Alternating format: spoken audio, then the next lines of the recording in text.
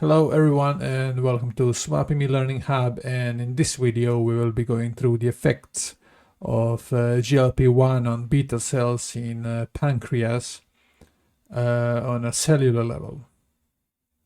Now we'll be briefly looking at the processes which occur in beta cells when they are exposed to glucose and GLP-1.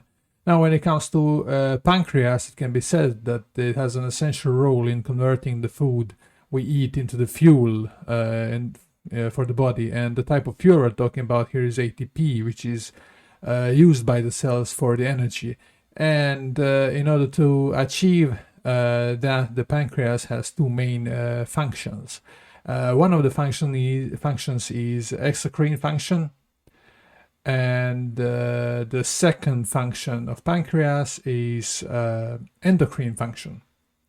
Now, exocrine function for pancreas helps in digestion of foods we eat, whereas endocrine function affects the regulation of blood sugar levels.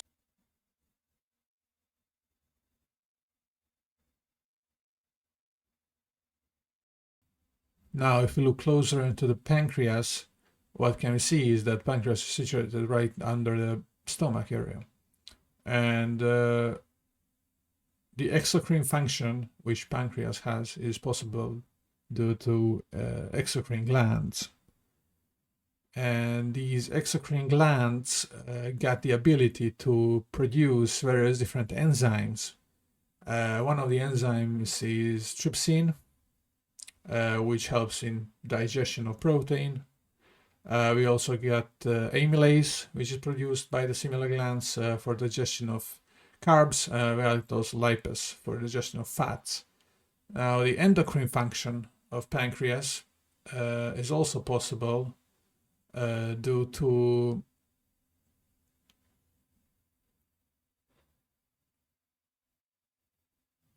islet cells, and these islet cells got the ability to produce different types of hormones such as insulin, which helps in lowering glucose levels, and also glucagon, which helps in increasing glucose levels.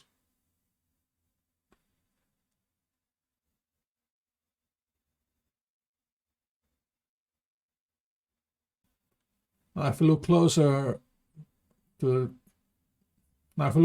pancreas, we can see that the pancreas itself consists of various different parts, and we can also see that the pancreas itself is right next to the duodenum, and it's also supplied with blood by aorta inferior vena cava.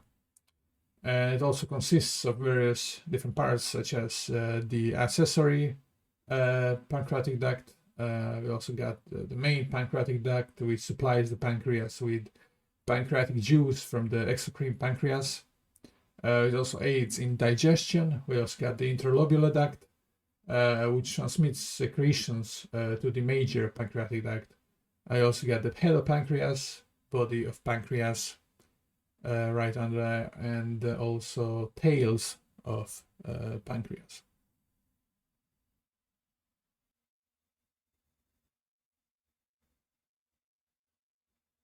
If we zoom into the pancreas even more, we can see that it consists of various different cells, and as well as ducts. And there is, of course, a main duct, which is connected to the duodenum, where the flow of the digestive enzymes occurs. But besides that, we also have other ducts, such as interlobular duct, which is a part of the system of the enzyme delivery to the duodenum, and it's also connected to the central duct. And around central ducts we got anchor cells, and the anchor cells' main task is to synthesize processes in the pancreas. We also got capillary network, which supplies the pancreas with blood, and we also got Langerhans, islets of Langerhans, which consists of different cells, which are alpha, beta, and delta cells. Now, if we zoom in into the isolate of Langerhans, we can see that the cell, in this case beta cell, which is the essential cell for insulin production, consists of various different parts. What can be said about insulin production is that it's strictly glucose dependent. Glucose, which is being absorbed by the beta cells, is being metabolized for the energy production, and in that way it will create energy source for the cell and other cell processes. And the energy source in this case is the ATP, which occurs because of the glucose metabolism inside the cell.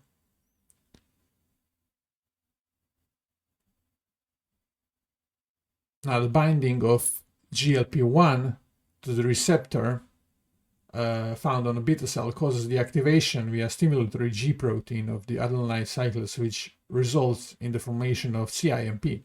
And now CIMP leads to the activation of protein kinase A, which is being delivered all over the cell, where it also contributes in different cellular processes.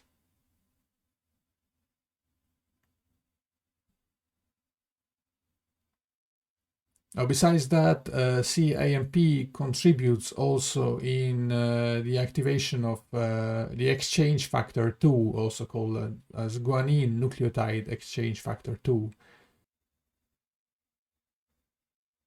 Antagonism by GLP-1 of the delayed rectifying potassium KV channels will increase excitability and result in the prolongation of the duration of action potentials. Protein kinase A, which was produced, it also affects calcium channels in cell membrane, which also results in the elevation of the cytoplasmic free calcium concentrations.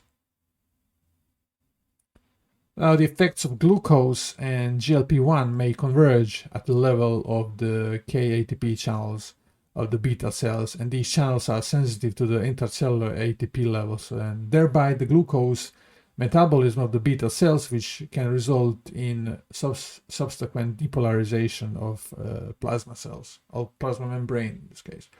Besides that, as mentioned before, guanine nucleotide exchange factor 2 stimulates the production of insulin-containing granules and also calcium, which helps in metabolism of glucose. But these insulin-containing granules, which are produced, they are pushed towards the cell membrane with the help of ADP, and therefore it's possible for the cell to secrete these insulin-containing granules, which then later on ends up in the bloodstream and increases insulin concentration. With that being said, thank you all for watching. Make sure to like the video, please make sure to subscribe and hit the bell button, and see you in the next video.